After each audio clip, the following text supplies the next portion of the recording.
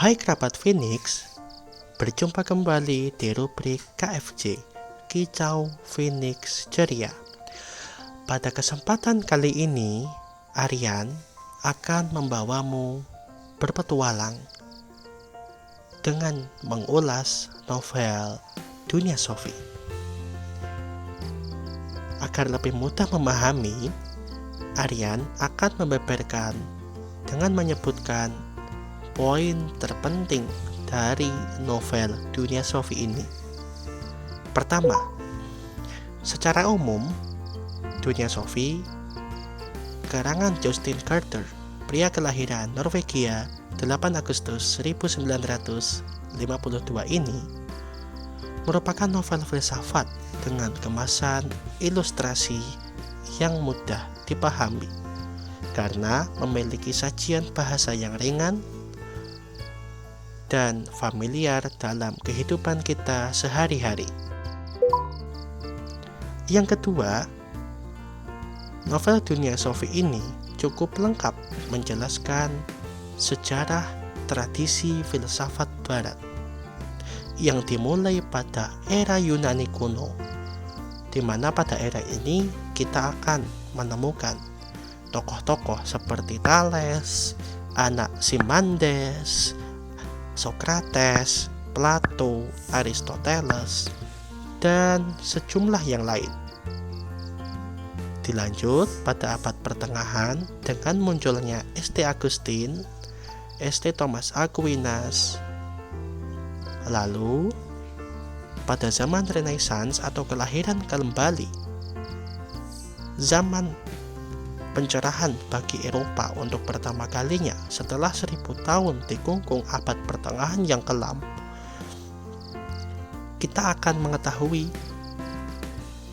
secara terperinci betapa pada zaman Renaissance ini harmonisasi begitu terjaga, pengetahuan begitu terbuka, dan akses ke sana tidak hanya dipegang oleh institusi tertentu. Di sini kita akan mengenal seperti Leonardo da Vinci, Martin Luther, William Shakespeare, dan lain sebagainya. Selanjutnya, pada era zaman Barok, atau lebih kita kenal dengan zaman huru-hara, kita akan mengetahui bahwa periode ini akan mempelajari tentang betapa detailnya ornamen-ornamen arsitektur, seni, dan musik. Detail bukan berarti rapi. Demikian poin terpenting dari zaman Barok ini.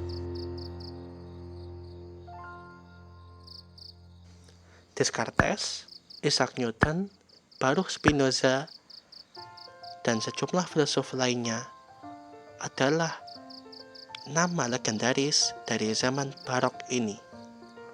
Selanjutnya, zaman pencerahan jilid kedua yang terjadi setelah zaman Barok akan kita temukan. Yang jelas, setiap periodisasi atau pembagian waktu yang dijelaskan oleh novel ini dikemas dengan cara seringan dan seilustratif mungkin, karena setiap bab tidak buru-buru dibuka dengan pembahasan yang berat-berat, tetapi dengan menceritakan Sophie Amusen, tokoh utama dari Dunia Sophie ini. Entah aktivitasnya dalam keseharian, pemikirannya sebagai seorang gadis yang masih berusia 15 tahun, permasalahan yang dihadapinya setelah mengenal surat pos yang berisi pertanyaan filosofis pada bab pertama, hubungannya dengan temannya si Jane, dan terutama responnya ketika dihadapkan dengan segudang filsafat yang seringkali dipandang aneh oleh masyarakat kita sekarang ini. Ketiga, kekurangan dari novel ini adalah Dunia Sophie hanya menjelaskan tradisi filsafat barat tanpa menyebutkan tradisi ketimuran dari filsafat seperti Konfusianisme, Islamisme, animisme, dinamisme, dan lain sebagainya. Sehingga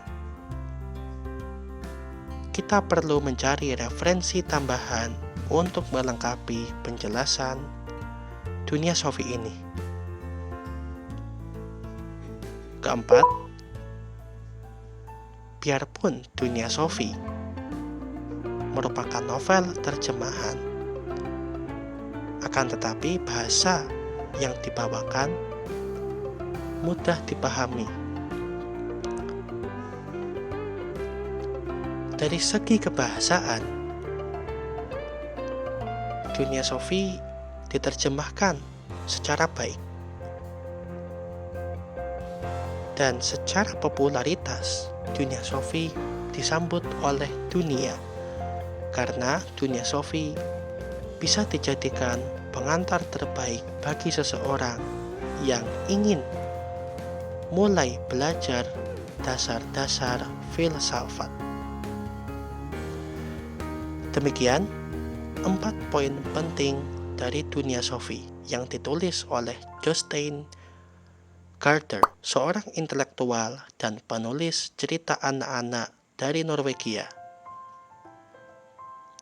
Karena Dunia Sophie diceritakan dari sudut pandang anak-anak, sangat recommended sekali buat kita yang ingin mengenalkan tradisi berpikir ala filosofis kepada kerabat dan sahabat kita, sehingga kita bisa mewujudkan alinea keempat dari Undang-Undang Dasar 1945, yaitu mencerdaskan kehidupan bangsa. Terima kasih, mohon dimaafkan kalau masih banyak kekurangan dalam review ini. Semoga kerabat Phoenix tidak bosan untuk mengikuti konten kita berikutnya. Sampai jumpa.